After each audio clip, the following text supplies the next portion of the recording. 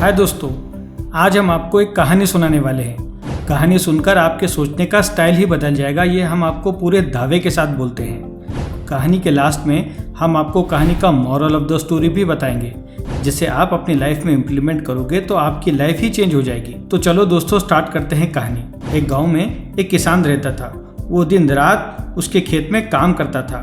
वो जो कुछ भी कमा पाता उससे उसका घर चलता था। किसान को एक लड़का था। किसान अपने बेटे के पढ़ाई को लेकर बहुत ज़्यादा सीरियस रहता था। वो चाहता था कि उसका इकलौता बेटा बड़ा होकर एक कामयाब आदमी बने। वो अपने बेटे को टाइम टू टाइम गाइड भी करता और लाइफ की इम्पोर्टेंट टीचिंग भी दिया करता था।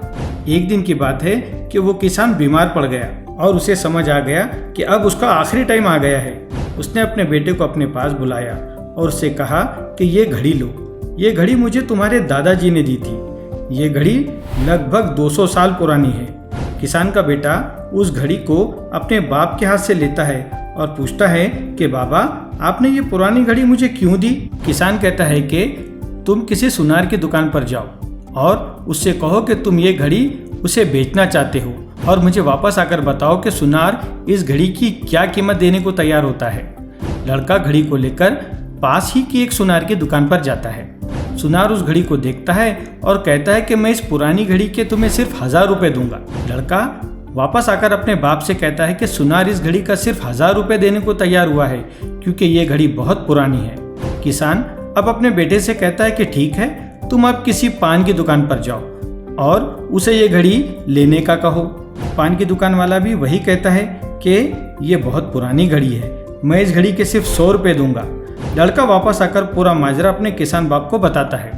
किसान अपने बेटे से कहता है कि इस घड़ी को लेकर तुम अब किसी म्यूजियम में जाओ। लड़का उस पुरानी घड़ी को लेकर म्यूजियम जाता है।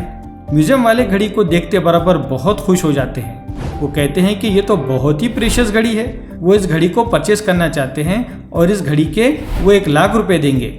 लड़का वापस आकर अपने बाप को पूरा माजरा सुनाता है।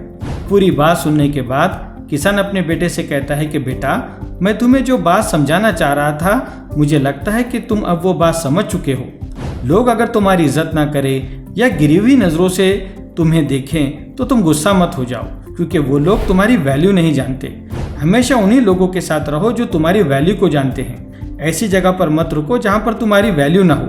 अपने लिए कोई ऐसी जगह ढूंढो जहाँ पर तुम्हें लगे कि तुम्हारी वैल्यू की जाती हो। जब एक पानी का बूंद दरिया में गिरता है तो उसकी कोई पहचान नहीं होती, लेकिन जब वही पानी का बूंद एक कमल के पत्ते पर गिरता है तो वो मोती की तरह चमकता है। बेटा, हमेशा अपने लिए ऐसी जगह चुनो जहाँ पर तुम चमक सको। आशा करते हैं दोस्तों कि आज की कहानी आपको बहुत पसंद आई होगी। कहानी आपको कैसी लगी ये कमेंट करके हमें ज़रूर बताइएगा।